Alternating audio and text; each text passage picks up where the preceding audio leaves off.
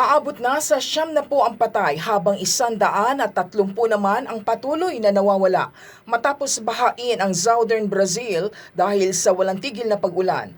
Ayon sa mga otoridad, aabot sa 155,000 residente ang wala ngayong matutuluyan. Sa Porto Alegre, nananatili pa ring sarado ang airport at istasyon ng bus at hindi rin madaanan ang mga pangunahing kalsada dahil sa pagbaha. Binisita na rin ni Brazilian President Luiz Inácio Lula da Silva upang alamin ang sitwasyon. Ito na ang pinakamalalang pagbaha na naranasan ng mga taga Porto Alegre sa nakalipas na 8 dekada.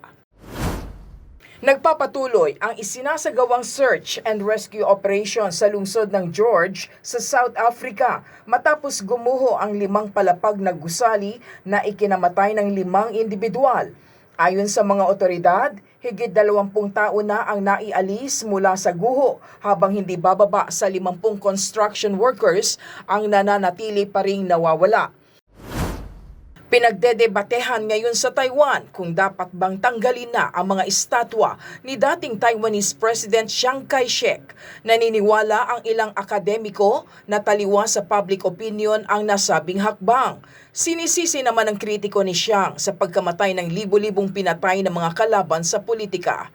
Aabot na sa 200 estatwa ng dating Pangulo ang naialis na sa nakalipas na 8 taon. 55 banda ang magsasama-sama para sa Hammer Sonic na siyang pinakamalaking heavy metal music festival sa buong mundo. Aabot sa 38,000 fans naman ang dumalo sa nasabing music festival. Ilan sa kanila ay nagdasal habang suot ang kanilang heavy metal t-shirt para sa kanilang panalangin sa mga designated prayer area. Joy Salamatin para sa Pambansang TV sa Bagong Pilipinas.